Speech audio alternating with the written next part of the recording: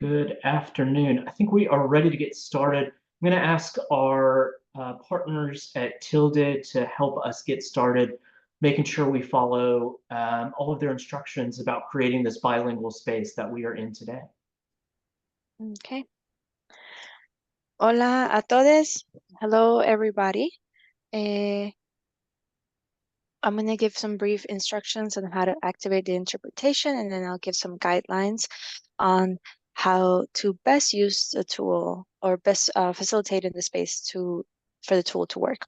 Entonces voy a dar unas breves instrucciones y luego unas guías para poder combinar el uso de la interpretación con la manera como nos comportamos en el espacio para que esto sea lo más fructífero posible. On your screen, you're going to see an image of how to activate the interpretation. There's a globe icon at the bottom of the Zoom toolbar or taskbar. And there you can click the language that you wish to participate in today. The options there are English, Spanish, or original audio. If you pick original audio, you will not hear any interpretation whatsoever, but you will hear both languages if they're spoken in the space. If you wish to participate in English, please pick that channel. Entonces, en la parte inferior de la pantalla de Zoom van a ver un icono de un globo terráqueo. Ahí cuando le hacen clic, va a ver un menú. El menú se supone que diga audio original, inglés o español. Si desean participar en español, por favor escojan esa opción y van a escuchar la interpretación, así como también pueden participar y hablar en español. Si van a participar en ambos idiomas, siéntase en la libertad, ¿verdad?, de dejarlo en audio original y también va a escuchar todo el espacio sin ningún tipo de interpretación si escoge esa opción de audio original. Entonces, ahora mi colega Alexia va a comenzar a interpretar. So now my colleague Alexia is going to start interpreting. Y entonces, aparte de las guías de la función de interpretación, ¿verdad? Queríamos establecer que para que la interpretación funcione en el espacio también requiere el compromiso y de todos. Entonces, si por favor pueden estar conscientes del ritmo en el que hablan. Si van hablando muy rápido, les vamos a dejar saber por el chat, ya dejándoles saber que necesita que vaya más lento para así poder seguirle el hilo de lo que está diciendo y poder interpretarle correctamente. También les recordamos que si no está hablando, mantenga su micrófono apagado para que no haya distracciones ni sonidos de fondos, pero más que todo porque los intérpretes no pueden interpretar más de una voz a la vez. Así que es súper importante que solamente haya una persona hablando. Aparte de eso, también les pedimos que si van a decir siglas o lo que se dice en inglés, los acronyms o números, cifras, por favor los definan. Entonces, si usan una sigla nueva, por favor establezcan lo que significa plenamente para entonces la interpretación pueda establecer el uso de esa sigla y así interpretarlo correctamente en el otro idioma. Con los números, cifras, porcentajes, cantidades de dinero, cosas así, les pedimos siempre que por favor repitan la cantidad por lo menos 2 veces para poder interpretarla correctamente. Se sorprenderán cuántas veces no oímos bien un número, ya sea en el idioma que lo estamos escuchando sin la interpretación. Así que esas son las pautas que tenemos, ¿verdad?, para ustedes en el espacio de hoy. Si hay algo más que se necesite, si de pronto la interpretación no está funcionando correctamente o no se escucha bien, por favor, déjenoslo saber. La mejor manera de hacer eso es ya sea por el chat o abriendo su micrófono e informándolo para que entonces estemos conscientes de eso y podamos ajustarnos y arreglar lo que esté dando problemas. Entonces, sin más preámbulo, se lo paso de vuelta a las personas que están corriendo el espacio.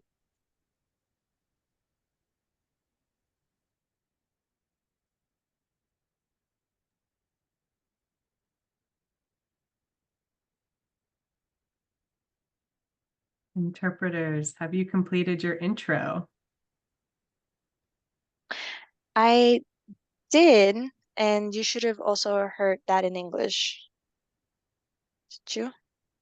I am on the English channel and did not hear that in English.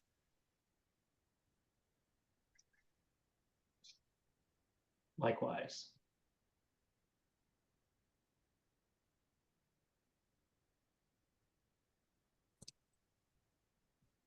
Can people not, can you hear me? We can hear Yes, you now. we can hear that right there. Yeah. Oh, maybe I was muted. Yeah, I'm here. Okay, great. If you want Would to you give us like a to quick do a quick test?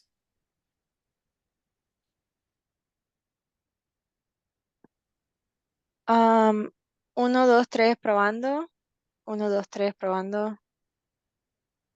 Okay, so testing 1, 2, 3. Can you hear me? Yes, we can hear Yes. that. Mhm. Okay.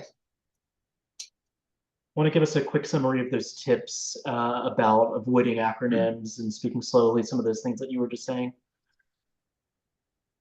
Sí, lo puedo repetir otra vez y mi intérprete se supone que esté interpretando. ¿Me pueden confirmar? And the interpreter should be interpreting. So if you can just confirm that you are able to listen to the interpretation. Okay, great. So I am going to repeat what I was just sharing. I was saying that we should be aware of the cadence and the rhythm. We should speak paused. Please don't speak too fast, and also keep an eye out for the interpreter's communication so we can interpret properly everything that's being said. And if we are asking you all to go a little slower, we will let you know. Also, in terms of acronyms, please explain the acronyms the first time that you use them so we can interpret that to the other language, and then we can continue interpreting properly. We also ask you that when you say numbers and percentage, and always say it slowly or repeat that a couple of times so we can capture all the information and interpret everything properly. And if there is any issue, please let us know via the chat or say it out loud so we don't miss anything that's being shared. That is all. So were you able to listen to that in English? Yes. Okay, so we're going to pass it back to you. Great. Thank you so much. Really appreciate y'all being here and creating this bilingual space. And welcome to everyone in this meeting. We're really excited to talk to you today about consensus-based decision-making. My name is Kathryn Gaasch, and I'm an MDC Rural Prosperity and Investment Program Director that's been working with the team for about 6 years and support our staff learning a lot with trainings. And I'm excited to be joined by my colleague, Andy Shoenig. Andy, would you mind coming off mute and sharing a little bit about you? Hey, my name is Andy. I use he, him pronouns, brown curly hair, wearing glasses today. Very excited to be with you all. We are here representing our broader organization, MDC, which has 4 different issue areas: equity-centered leadership and philanthropy, equitable education, and economic security and mobility, and rural prosperity investment, which is the team that we are representing as well. These are a bit of a description about our different issue areas at MDC, and I would just like to name too that one of our flagship programs, State of the South, is what MDC has been known for the past many, many decades. So if you want more information about what our programs are up to and what State of the South is up to, please visit our website, which is included on these slides. At MDC, the Rural Prosperity Investment Team works to accomplish a lot of different goals, particularly identify and build relationships with local leaders in innovation, strengthen their capacity and sustainability as individuals, organizations, and coalitions. as well as network relevant partners to eliminate service gaps and connect them to relevant resources. Below that, you'll see some of the key changes that we seek to make when we are working in community. But what we really want to focus on today is some of our tools. Over there in the right section of this slide, you'll see things like facilitation, strategic planning, coaching, connecting, etc. Facilitation and strategic planning is where you will find us using the consensus-based decision-making tools and methodologies the most, which is why we have it highlighted there. Our objectives for today are to discuss the principles of consensus-based decision-making, explain and provide tools for consensus-building methodologies. And we've got a really short amount of time to get through our plan for the day. So we are in the welcome intros portion of our agenda. We'll move into kind of an overview of what consensus-based decision-making is, where we utilize it, the right time to use it, maybe the wrong time to use it, review some of those methodologies and tools, hopefully leaving some time for question and answer, and getting y'all out of here no later than 2 p.m. Every meeting that we host, we come with a set of guidelines to set and hold the space for ourselves, each other, and the issues that we talk about. I'm not going to review them one by one today, but I am going to lift up a couple. We are definitely going to lift up 7, make the most of our time. We have a short amount of time, and Andy and I really like talking about the stuff that we do with communities. And so we're going to try and keep it quick and concise, ask others to do their best to do the same. And I'll also lift up, we are going to Zoom the best we can, as well as use the tools that we have the best we can. We are working in a virtual landscape. We're working across several different accessibility platforms and interventions is what I would say. And so just give us grace as we make our way through this next hour. We would love folks to do quick introductions in the chat. If you could please drop your name, the organization or community affiliation you are representing, and where you call home.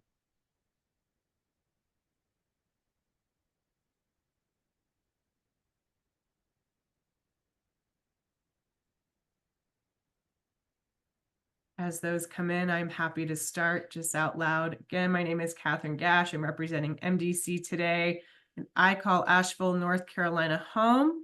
Seeing Sabrina in the chat from Cary, Andy from Chapel Hill, Sundiata from Raleigh, Diana from Durham, File from Chapel Hill, Merrill from Raleigh, Trevor from Winston-Salem. Awesome. We have a nice smattering of folks from across the state. James from Fayetteville, Jordan from Chapel Hill. Really appreciate y'all dropping those into the chat really quickly. I am now going to toss it to Andy to really get us into the meat of this conversation. Yeah, so we are talking about consensus-based decision-making, giving you an overview of that in this first section here. I'm real big on trying to define what it is that we're talking about. So we're going to name that early on. What is consensus-based decision-making? And give you all a chance to reflect a little bit about how it shows up in our work. Here is my hot take, which is that I think it is harder to manage agreement than it is to manage dissent. Say it again. It is harder to manage agreement than it is to manage dissent. 2 ways that shows up. One, and I can't remember who told this phrase to me once, so I'm stealing it from somebody, but it's this idea of violent agreement, that there are often times where groups are talking with each other, or 2 people are talking with each other, and it sounds like they're disagreeing, but they're just not hearing each other and not hearing that they are actually in agreement with each other. The other place that this often comes up on the flip side of it is this idea of latent disagreement. This comes from something called the Abilene paradox. I will encourage y'all to go on YouTube later and just search the Abilene paradox. There's a video that's maybe 10 minutes, and it kind of gives you an example of what it looks like. But we see it in our work where everybody is kind of agreeing, or at least nodding their head, but nobody is expressing their actual disagreement. What we are trying to do is build consensus, which we define here as a certain level of agreement, that a group needs to move forward. And in doing so, we want to get out of this kind of binary yes, no, because yes, no, as we just talked about, has this problem of hiding disagreement or masking agreement. So silence is not always agreement. And also voice is not always a veto. So we need a process that allows us to express our opinions while also enabling the group to move forward from ideas to action, not getting bogged down either way. I say level of agreement because not all decisions need the same level of agreement. Somebody drop in the chat real quick. What is what is a decision that you can make that only needs a little bit amount of agreement, or that can get bogged down with a whole lot of collaboration? What's a kind of group decision that really doesn't need a whole lot of agreement?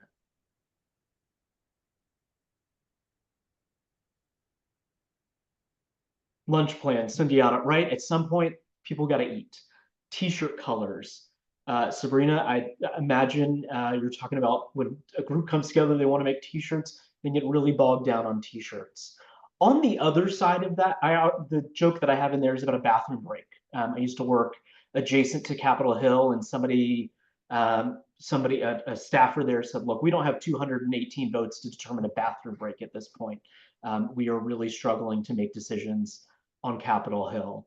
On the other side of it is the strategic plan, right? We want, when we're doing strategic planning with a group, we want to make sure that that group is at a very high level of agreement, that they have talked about all of the different things that help them get to yes and feel strongly about, feel aligned in what they are committing to do over the next 3 or 5 years. Kathryn, help us see where this shows up in our work. Okay, so I would love to open this up to the group just for a really, really quick discussion. But Andy just walked through when we might not use consensus building as a decision-making model. When and where might consensus building show up as a really, really useful tool?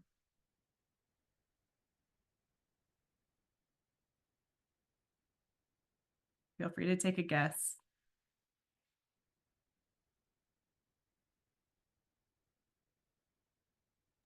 Drop it in the chat or shout it out.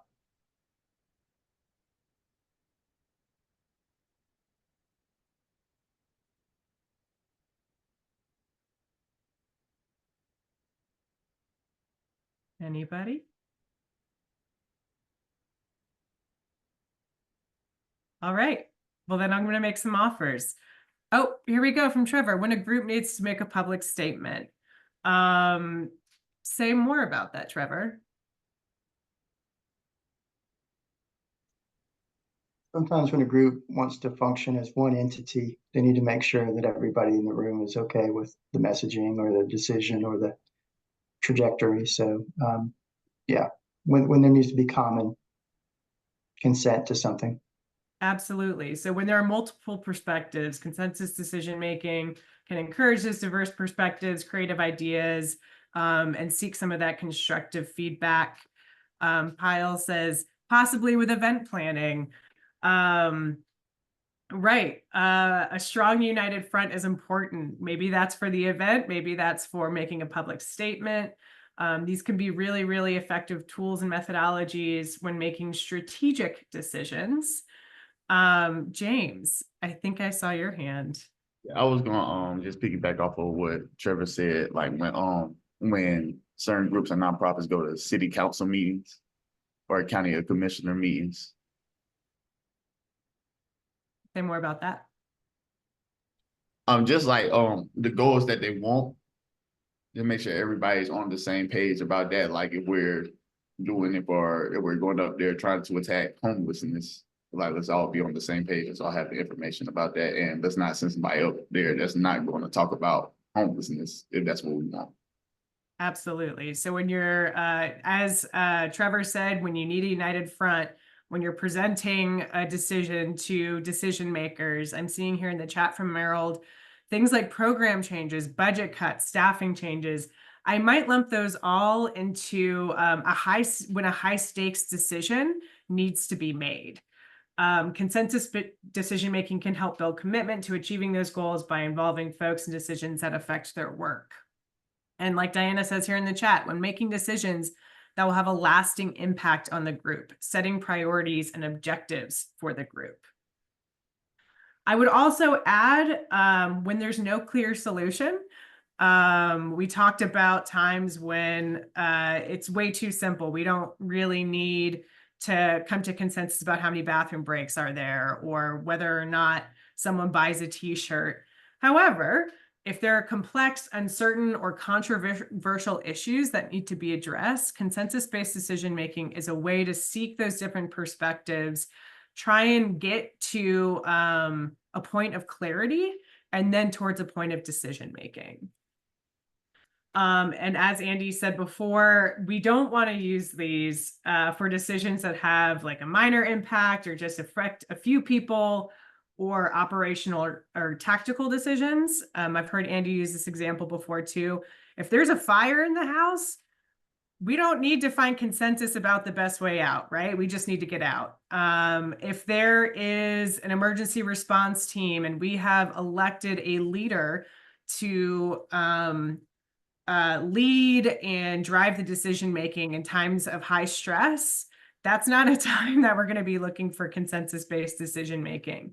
So just keep in mind that when you're utilizing these tools, implementing these methodologies, it really requires that a group is willing to invest the time, participate in the process, and be open to other perspectives.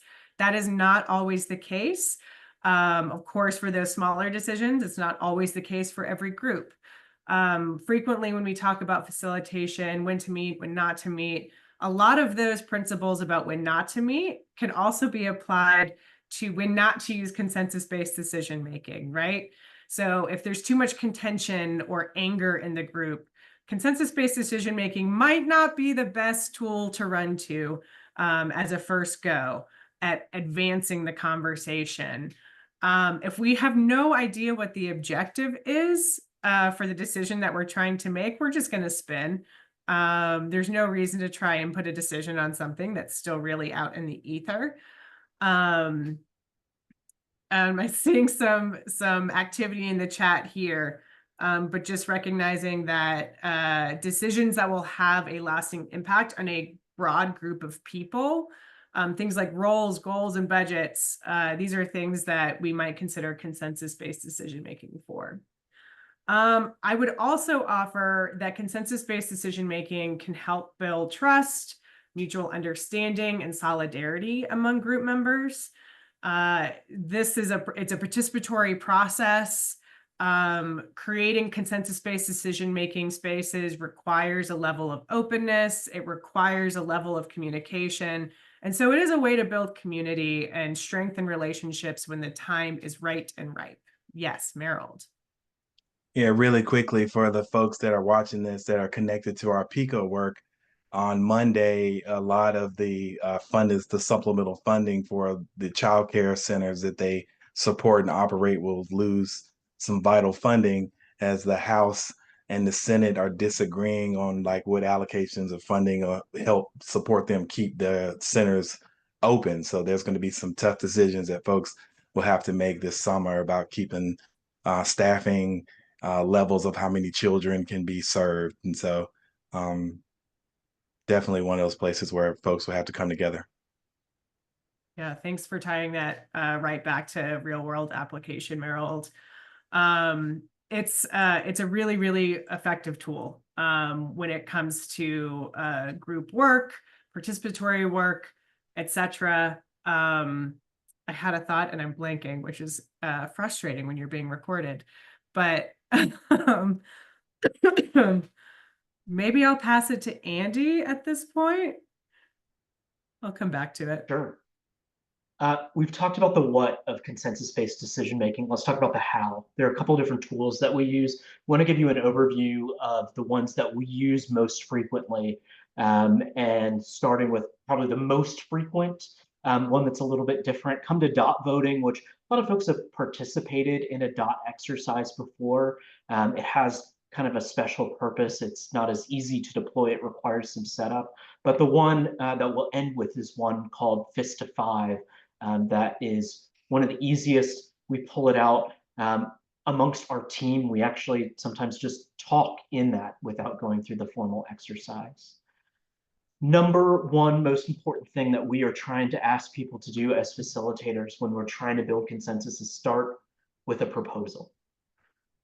How many of y'all have been in a group and you've heard folks just say, whether it's a school project or a coalition that you're part of, or you are part of a planning group, what inevitably somebody says, I'm just saying, right? People will bring up issues and they just kind of end it with, I'm just saying. Or the other side of it is, all we do is talk, right? There are groups that we work with where they struggle for a little bit because they start to feel like all we do is talk. And asking them to make a proposal for what doing more than, quote, just talking would look like, that is how we get past that. We use this again in our team. This is the culture of our team, that if you are seeing something, we want you to say something and give us a place to start, especially when we're in a larger group, of where, what should we do? Here's the problem I want to solve. Here's an idea to solve it. What do you think? I find that among groups with a high amount of trust with each other, if somebody brings a proposal to the table, that proposal almost inevitably is the one that the group adopts. Maybe a little bit of changing around the edges, but giving the group a place to start is a much more effective, and frankly, one that considers different power dynamics in the group as well, because anybody can show up with a proposal, and among a high trust group, that's there. If you're in a group, even one that's in high trust, and you just raise an issue, you're not necessarily going to get what you need. The group isn't going to get what they need as they kind of swirl around the problem itself. And so we ask people this really simple question: what's your proposal? From there, you can have some more discussion about it. We'll talk about how to choreograph that a little bit, or structure that. But what we are asking people to do is get past the I'm just saying and make a proposal for it. There are times when it's still a little bit too early to make a proposal, or we need to generate a lot of proposals to get the temperature of the group. Kathryn, talk to us about this activity that helps get at some of those problems. Right. So just as a disclaimer, we are giving you just a few tools for consensus building, and we are giving them to you because we find them simple, effective, and very easily adoptable. So just know that this is not the end all be all. There are many, many other tools that you can use. But as Andy said, we really try and operate with a proposal-based kind of facilitation and decision-making model. But it is hard to propose something when you don't know what you don't know. And I'm going to use an example of, when I started working with an organization that was really they've been around for a while, but they were still somewhat of a startup. They didn't have policy and procedures or an employee handbook or a manual. And they had asked me to support them in developing that. And as Andy talked about, we really like to give folks something to respond to. But it's hard to start when you don't know what you don't know. And so yes, no, maybe is a really, really simple exercise to get a group temperature check. I'm going to describe how it works, and then how you would implement it as a facilitator. So in an ideal world, we would have a sign for yes, no, and maybe. We would spread those out across a wall where there's room to get up and move. And we would ask folks to stand up, and then we would walk them through a series of intentionally provocative questions. I'll give you a few examples of what provocative questions could look like in a moment. But essentially, we're asking folks to hear the question and then move to the answer that they most resonate with. Yes, no, or maybe. The facilitator then leads a conversation according to the spread of those participants, asking folks to elaborate on what made them choose their specific choice. Ultimately, the tool fosters this deeper conversation amongst the group and shows the spread of group perspectives. It's really fascinating too, because in this exercise, you can see really strong examples of that violent agreement that Andy was talking about, that sometimes people are at a yes, sometimes people are at a no, or somewhere in the middle, but they have the same feelings on it. They just, their stance and their positionality is much stronger one way or the other. And so going back to that example of organizational development that I was supporting the group with, these are actual real examples of questions or statements that I proposed to the group to try and understand what kind of organizational culture they were seeking to establish. So just imagine yes, no, and maybe, or yes, maybe, no on a wall. First question, it's okay to wear t-shirts to the office. You can imagine some people are an absolute yes. They're like, yes, this is a nonprofit. We should be comfy, et cetera, et cetera. Some people might be completely no. They might be in the camp that being at work is a professional commitment and you should dress accordingly. Some people might be a maybe, where it's, yes, we should normally be able to wear t-shirts to the office, but if we have a board meeting, or if we have, you know, some funders coming to the office, maybe we want to look a little bit nicer. But then we kind of push them, right? We use strong words like staff should be disciplined for arriving to work late. Part-time staff should have the same sick and vacation policy as full-time staff at the office. If staff are getting their work done, it doesn't matter when or if they are in the office. Really, really interesting questions, especially coming out of the COVID virtual environment where folks are trying to figure out what remote works like versus in person. It's interesting too to use this model in a virtual landscape or in a space where there are too many people to mobilize. We've been in spaces where there might be 150 people in the room, and getting 150 people to stand up and move around may not be physically possible. It might not be possible time-wise because it really does take up some time for people to walk across a room.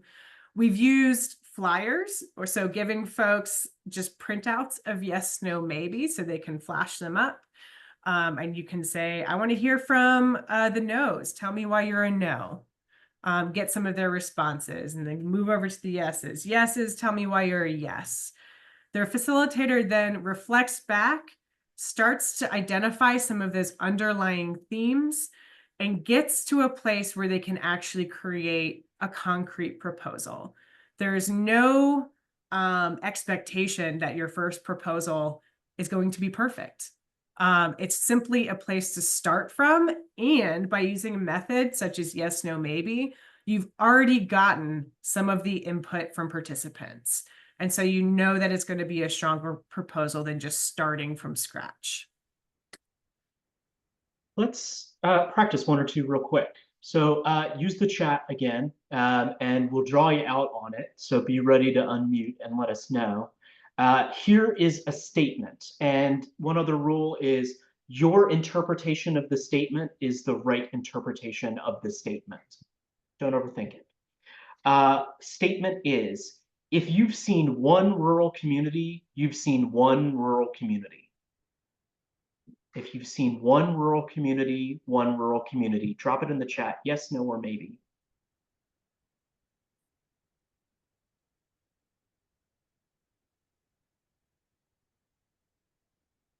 Mostly yeses, a maybe, and a no. Let me start quickly with the yeses. Let me get one example from the yes. Tell us why you're a yes.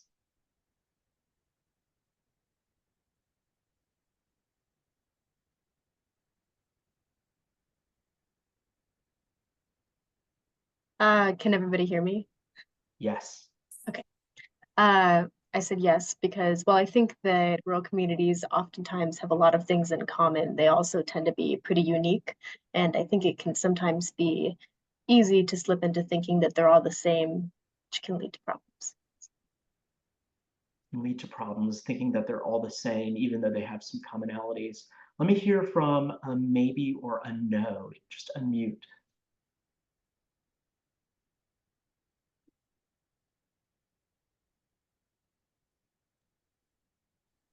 Trevor, you want to vocalize that? Yeah. Yeah, echoing Diana, but yes, even though there are a lot of differences, there are those common themes that particularly in terms of systemic dysfunction, you can get some experience with that and you can have some tools that you can offer. So it's maybe depending on more context. Maybe depending on more context. Michael saying, I misheard the question. I changed my answer to yes. Is there somebody who wants to play the counterfactual and kind of expand their brain? And what's the case for no? What's the case for all rural communities? If you've seen one, you've seen them all. What's the case for that?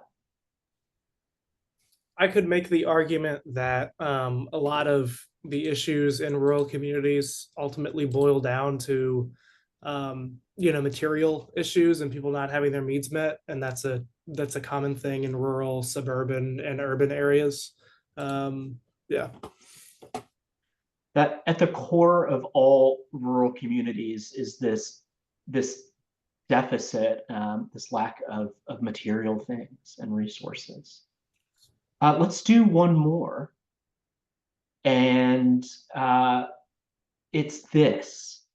In North Carolina, there are too many nonprofit organizations. In North Carolina, there are too many nonprofit organizations. Yes, no, or maybe.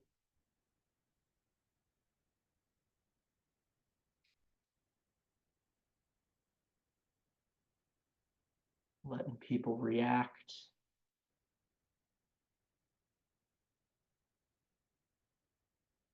I'm seeing all maybes and a yes.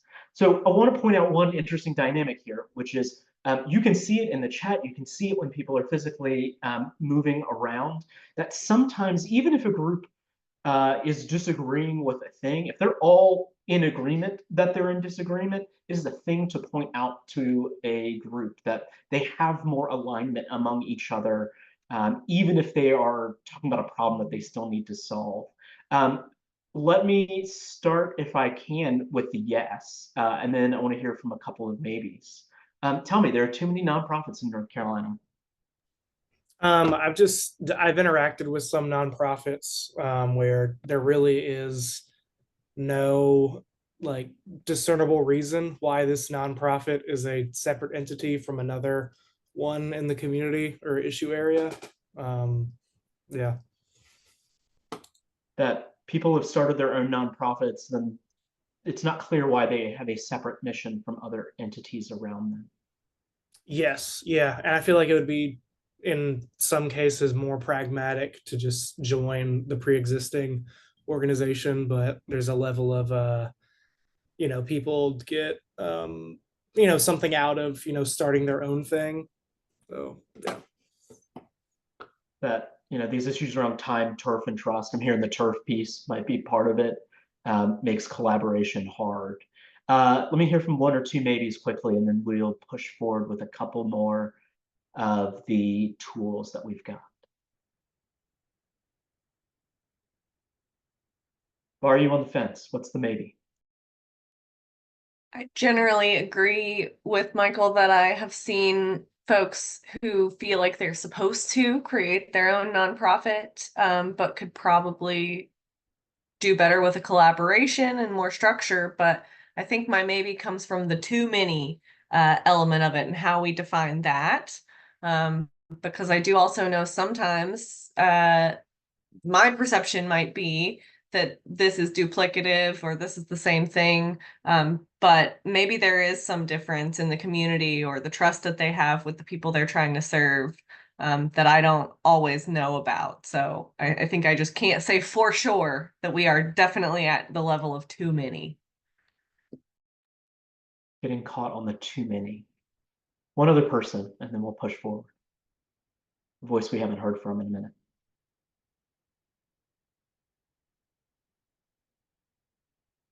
Someone who hasn't had a chance to speak. Yes, and yeah. It's really similar to my maybe came from Michael's thoughts as well.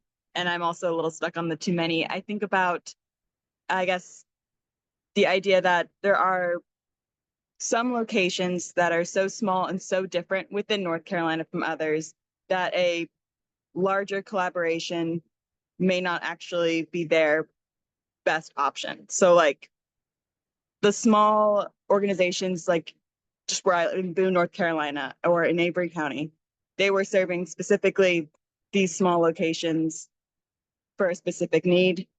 I'm not sure that by grouping together the similar problems with the entire county or with multiple counties, that didn't seem to necessarily solve issues. So I think it's can be beneficial to have personalized groups. There's value in the specificity around groups, and you're talking in part about place and the geography of it. Kathryn, so we generate all of these ideas, and at some point we've got to start narrowing them down, right? Absolutely. So we've talked a little bit about how to get that group temp check, starting the brainstorming process. We talked about proposal-based decision-making, proposal-based decision-making.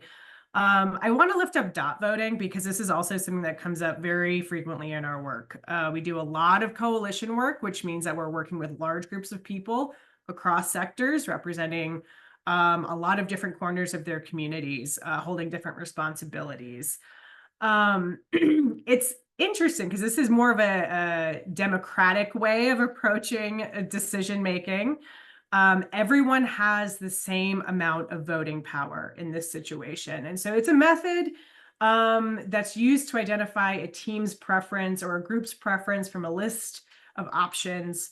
It's a quick and easy decision-making process for narrowing down those options, prioritizing ideas, and figuring out the most popular choices. And so when this is done right, it allows everyone to have a chance to participate in the decision-making process, the narrowing down of ideas.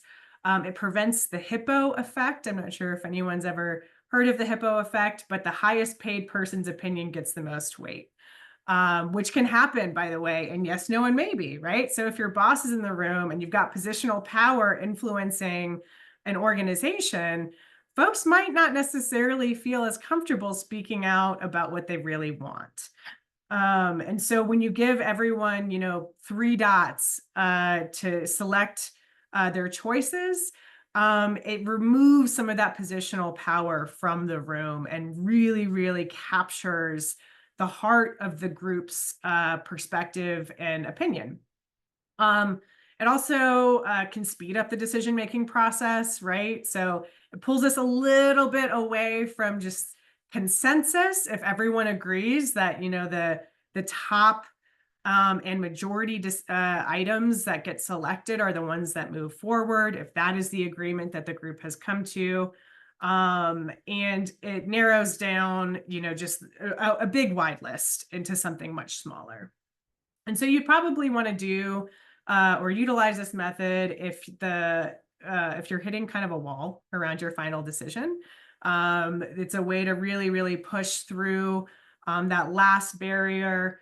If you are noticing that only a few voices are actually being heard and represented in this space, dot voting is a way to equalize some of that power. And it's also a way to make a decision a little bit more quickly. I remember I was doing some work with a group using the opioid settlement funds, and they were trying to figure out how to prioritize their advocacy efforts for different interventions to combat substance use issues in their community. There are some downsides, of course. Nothing is perfect. Nothing is perfect. They all have their their thumbs down elements. In a space where there's a lot of people, people can fall into groupthink, which means that everyone starts thinking, you know, in a hive mind kind of way, and everyone just starts voting for the same things. People feel pressured to vote for the other things that feel popular or that seem popular. People might be persuaded on the spot. If they're feeling like someone's watching where their vote is going, they might not feel as safe to really select the answer that they're looking for.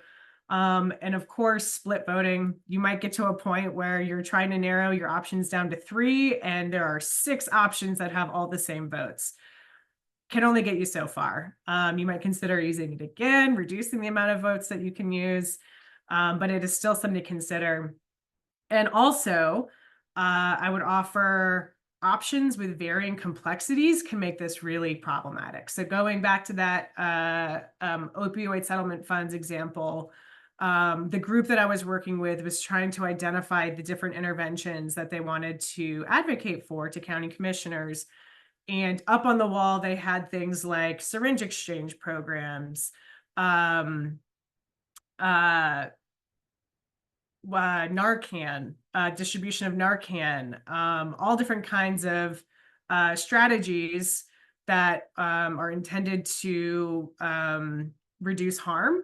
So they had several different options up there, and then they also had an option for harm reduction strategies. So kind of hard to really piece those apart if everyone's choosing harm reduction strategies and a whole bunch of other people are choosing individual harm reduction strategies.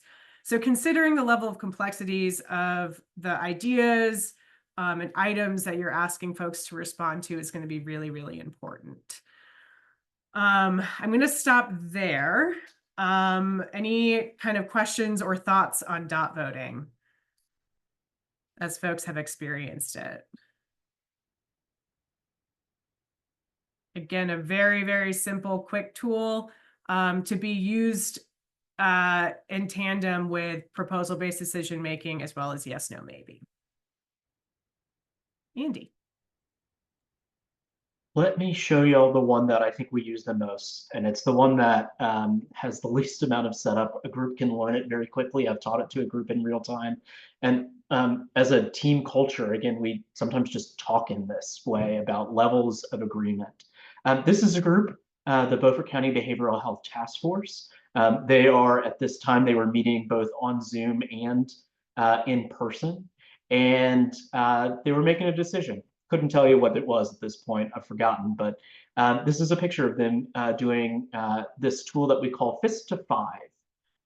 And what I do in Fist to 5 is, again, go back to that idea of levels of agreement, that certain things need just a little bit of alignment, certain things need a lot of alignment and support.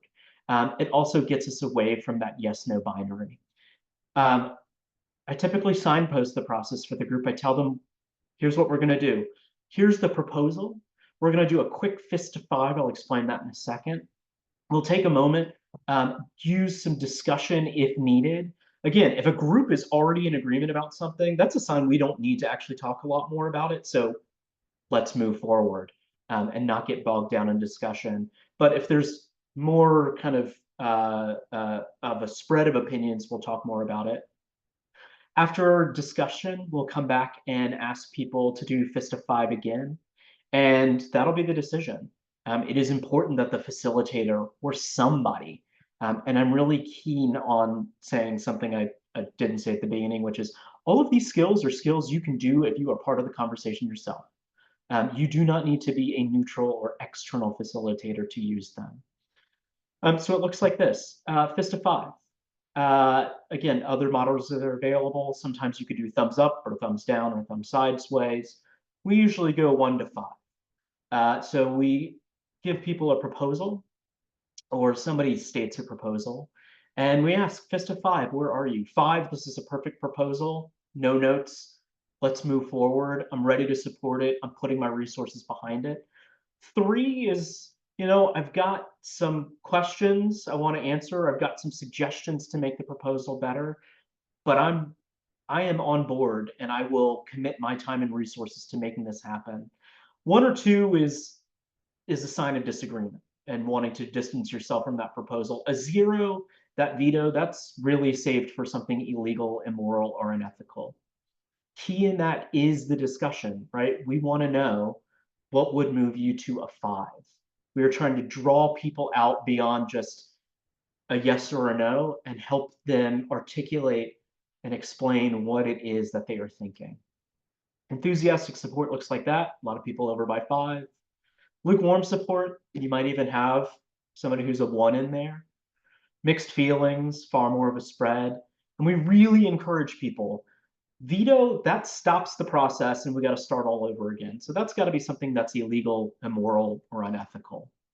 I want to practice it real quick in the last couple of minutes that we've got, just to show what it looks like here. So there's the scale. And let me see here. How about this proposal? My proposal is, my proposal is that we're going to make a decision as a group that the weather outside right now is nice. Where are you? 50 fist of 5. How much do you agree with us? And let me push it a little bit further. The weather outside is nice, and we will work as a group to keep the weather as it is right now. Fist of 5. Where are you at? I'm seeing people holding it up. I'm seeing quite a spread here. We've got 4s, 3s, 2s, a 1, 5. So that's quite a spread. And we would ask you, why are you a 5? Real quickly, because we're getting short on time. Somebody tell us, why are you a 5 or a 4 if you're a 4 or 5? James. I just don't like the cold at all. And it's summertime, beach time, pool time, we outside. This team is making a stand that we live in North Carolina because it does not get that cold. And because we have the beach and the pool, we can go outside. That is what James is supporting as the official position of the folks on this team. Somebody who is a 2 or a 3. Why are you a 2 or a 3? I don't do 90s. Just not. It's against my religion. No way.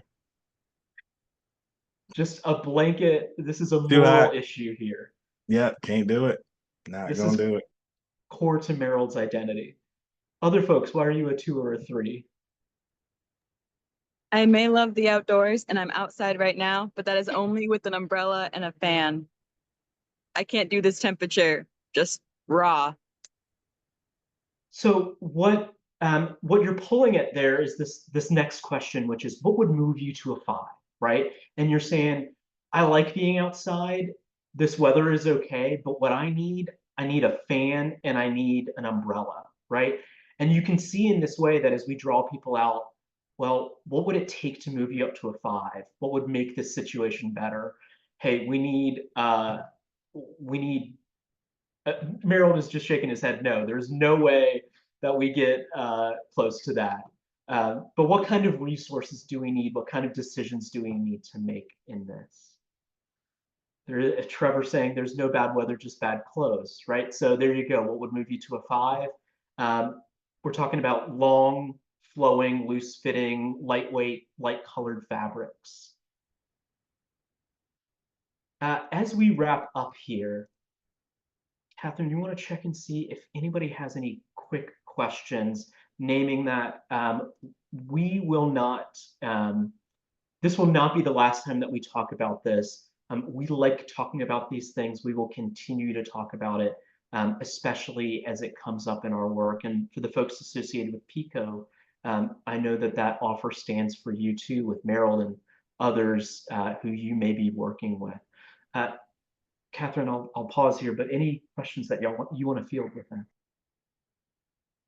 Yeah, what's coming up for y'all in the last couple minutes here?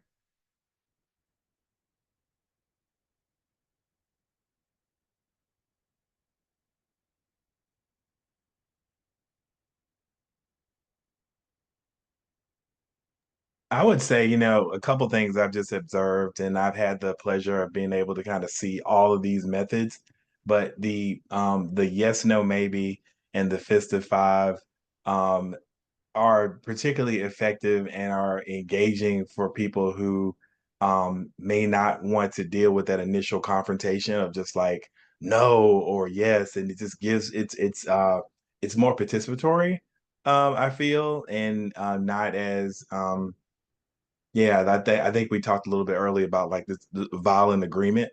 I think these are ways to effectively avoid that, where people can figure out a way to live with the decision if they're not quite on board. So I find these methods pretty effective and engaging in when we do these in person. Absolutely. I agree and would add that these tools really get us out of a binary, like the yes, no, without the nuance, right? There are many reasons people could be a yes or about something, many reasons people could be no. But things that really encourage the conversation help us get at the underlying issues. Also lifting up these as tools to navigate conflict. And when I say conflict, I don't mean people are yelling at each other or getting in fights. I mean, conflict is in disagreement. Some people really, really are not comfortable disagreeing. And so this provides a really, really soft on-ramp to folks really expressing how they feel without repercussions, right? It's simply conversation. It is simply a process of expressing opinion. And so I would, instead of pushes or forces, I'll say it encourages some of our quieter, more introverted participants to get into the space and share their voice. Elise. Hey y'all, Elise here. I'm using Diana's mic, but I was wondering if you could talk a little bit about how you manage a veto. How do you address a veto, especially if it's only one or two folks, or a smaller amount of folks than the rest of the group. So I would love Andy to share an example of that as well. My experience is that we don't even get to the fist of five exercise before someone vehemently expresses an opinion about how problematic the proposal might be. And so that's usually where the conversation starts. But Andy, I would invite you to come off mute as well. Yeah, where it comes up, so part of what we're trying to do is get beyond intractability, right? This is a kind of famous phrase in this field of negotiation and decision making. And where it has come up for me very, very rarely is with a group that was a board of directors of a small community-based nonprofit. And they were going through a process where they were trying to amend their mission statement. And y'all know, if we haven't talked about it already, amending or changing your mission statement is a huge deal. We consider that to be a very serious conversation because your mission statement is supposed to be pretty permanent unless you have somehow achieved your last mission or the circumstances around you have changed so much. And this group was in that process and being a little bit cagey about that process because I want to protect their confidentiality, but they were stuck. There was a fundamental disagreement where someone was really leaning into the immoral part of illegal, immoral, or unethical, because the mission statement that was being proposed, they felt like it moved the group away from this core founding principle of the group, and that it's something they had a really personal connection to, deeply, deeply held personal connection to. But the rest of the board was in a different place. They understood that the organization really wasn't where it was before, that part of that original mission statement was getting in the way of them accessing funds. And the conversation paused there. And that person is no longer, this is with hindsight, that person is no longer part of that board of directors. But that was information for them. It is a hard, hidden truth in our work that it is hard, it is difficult to change culture without changing people, organizational and team culture. And that's inevitably what happened. That person is still part of that organization in a different way, still volunteers, still believes kind of in the core of what they're doing, but it was stopping the group from moving forward. That's what a veto does. And where that group is now, and this is 2 years later, they don't talk about that because it doesn't affect the day-to-day of the work anymore. They suspect that conflict is still there, but in this case, avoidance is the better approach because they need the relationships with each other to keep doing the work. I would be happy to explain more in an offline setting that's a little less cagey, but I want to be careful in sharing that story with a large group.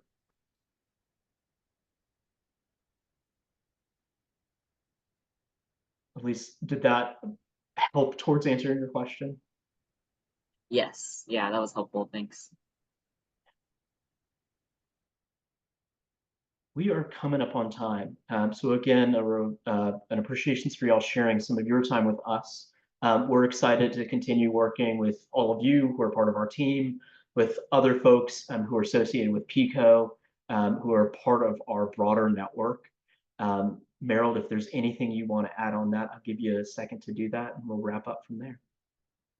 Other than thanking you all so much for providing this, and folks will have an opportunity to see this and other great MDC webinar learnings, and hope everybody enjoys and stays in touch. I'll take good care. Thank you, everyone, and thank you to our interpreters. Yes, thank you, Tilde. Thank you, Tilde.